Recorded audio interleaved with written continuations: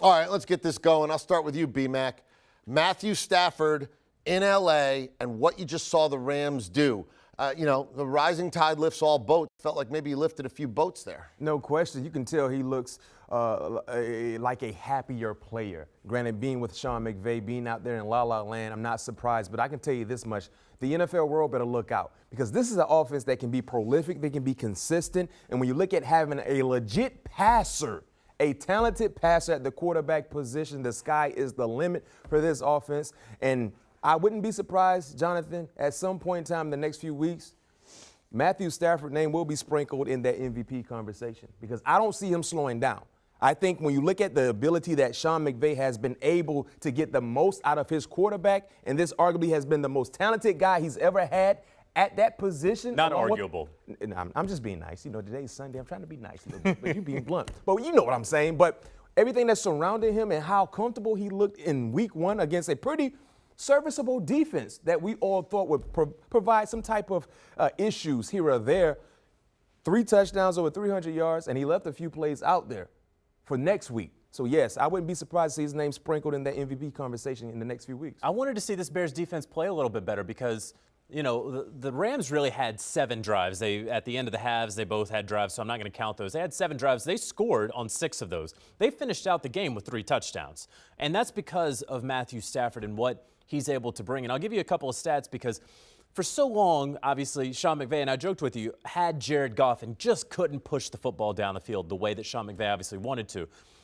Matthew Stafford tonight on throws of 10-plus yards down the field, 7 of 9 for 212 yards and 2 touchdowns. And here's his first touchdown, the one that I saw out at training camp last month. He rolls out, boot, and then he just uncorks it to Van Jefferson on the deep cross. Why don't you touch him down, Eddie Jackson? He doesn't do it. But that's what we saw, and he had been doing it as I was talking with folks there. He had that play with Deshaun Jackson. And so I was prepared going out there to see it to Deshaun. Then he hit Van Jefferson with it. I was like, oh, my gosh.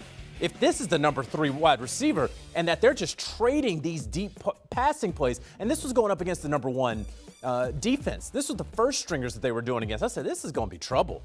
And so when I saw this matchup with the Chicago Bears and I saw what the first string defense of the Chicago Bears did against the second string offense of the Buffalo Bills in the preseason, this was never going to be a match for me. It really was not. And Matthew Stafford, B-Mac, you talk about it.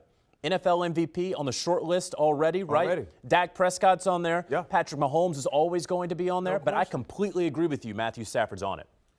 When you're in a locker room and you're looking around, if you're the Bears. Now, Andy Dalton wasn't terrible tonight. And as a matter of fact, was kind of efficient. I'm not saying he was great, but he didn't turn it over 4 times and didn't miss guy after guy and skipping balls at people's feet and throwing it over people's heads. But you're in the locker room and you know Justin Fields is there. What is that locker room saying this week when the coaches aren't there and everybody's sort of whispering? Well, internally, you've been practicing against both guys, and you've seen both guys. But defenders, we know the situation. We always have a great insight on who we believe can give us the best opportunity to win ball games. We might not say it to the media. We might not say it externally. Would you say it to the coaches? If you have that type of leverage. There's only a few players in the National Football League that have the type of leverage that can go to a head coach and say, Coach, this is the guy we want to be in there. And they wouldn't be looked at in a certain type of way. I don't know if the Bears actually have that guy on the defensive side that could walk up to Coach Nagy and say, Coach, let's keep it real. Justin Fields, we feel like he's the best quarterback for us. He gives us the best opportunity to win. But I can tell you this much. They got Cincinnati next week. After Cincinnati, I think they have Cleveland, if I'm not mistaken. We might see a new quarterback by week 4, if not week 3, depending on what happens in next week's ball game. Because I can tell you this much, the face of the franchise is who? Justin Fields. Yep. He's the future of the franchise. What are we doing? Why are we waiting? Why are you waiting? Okay, you've been to enough practices, JJ. Any chance that they're protecting the kid and they say, look, you know what? I know you guys all want him, but, the cake's got to fully bake before we take it out of the oven if it's going to taste its best. And it needs another minute or 2. So don't rush me. Let me make it perfect for you. You buying any of that if that's what they're selling here? If that's what they're selling, I'm buying it to a point because Justin Fields is ready. He is the superior quarterback. There's no question in my mind about that. I don't think there's any question in any player on the Chicago Bears team that's not Andy Dalton's mind. But the issue here is the offensive line. And if they want to sell me on, we don't want to kill the kid's confidence. We don't want to ruin him by putting him behind an offensive line that we do not trust, that is going to get him beaten up, that's not going to give him the time to mature on the field.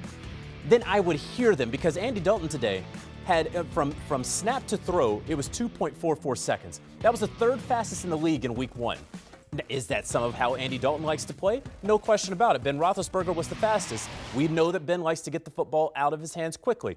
But Andy Dalton didn't have a lot of time back there. All right, so you were in the quarterback room, and it's you and I, and we're talking, and I say, look, we could start Fields week 1, but Sunday Night Football, Aaron Donald coming down. We don't love our offensive line. Jalen Ramsey, it's a long season and a long career. What are we doing? Let the cake bake 2 more minutes. And I say, who's coming with me? But let's keep it real. You know, talking about letting the cake bake a little longer. I don't know if the chef and Matt Nagy has the time to allow that cake to bake. I don't know the answer. And by the way, I'm not advocating that they should. I'm just raising the other side of the point. I mean, I'd like to see the kid play, but I'm just trying to say, is there a reason that you're buying that they're not going to go to Justin Fields and didn't go to him week 1, which included Sunday Night Football, Aaron Donald, bad offensive line? I feel like, and just my personal opinion, when they signed Andy Dalton, they promised him the starting job. And the reason why I said I feel this way, you remember right before training camp ended, after Justin Fields had a pretty good game against the Dolphins in preseason, Andy Dalton came out and said, this is my time. He will have his time. It was almost like he knew that he was not losing his job.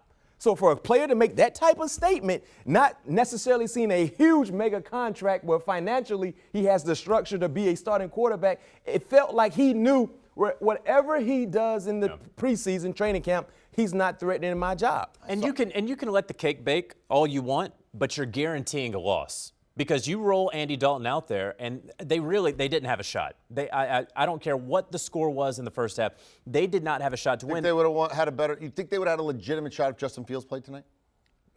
I won't say that based on the defense they were playing. And I saw Justin against. Fields. I thought his helmet went one way in preseason with that hit with the Bills. Like, They maybe said, you know what? I think this would not be the ideal matchup to start a young quarterback in against Aaron Donald, Leonard Floyd, the defensive guys they have there.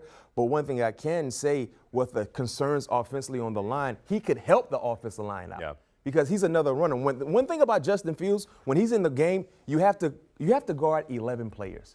Because he's a runner. He's a guy that can do things with his legs, that can open opportunities in throwing the football. You don't have to guard 11 players with Andy Dalton because we know who he is. He runs when at the last case, for him, the worst case, he has to run. So I wouldn't want to start Justin Fields now, but I think next week you need to start implementing him more into the game plan.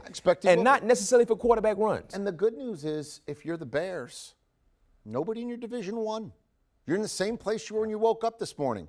And by the way, that's also true of the Rams. Let's take a look at exactly what we're talking about here. NFC West, they become the 3rd division to go 4-0 in week 1 since the start of the 8th Division 4. That was back in 2002. So essentially 20 years, it's only the 3rd time it's happened. AFC East did it in 2015, and the AFC West did it in 2002. So this is the first time it's ever happened by an NFC team, division, all 4. And the NFC North, 1st division to go over in week 1 since the AFC North did it, and that was in 2013, almost a decade ago. Do you want a sports network that delivers everything that matters about the game? The highlights, the picks, the instant analysis, no yelling, no fake debates, no politics. Hit the subscribe button and never miss a moment.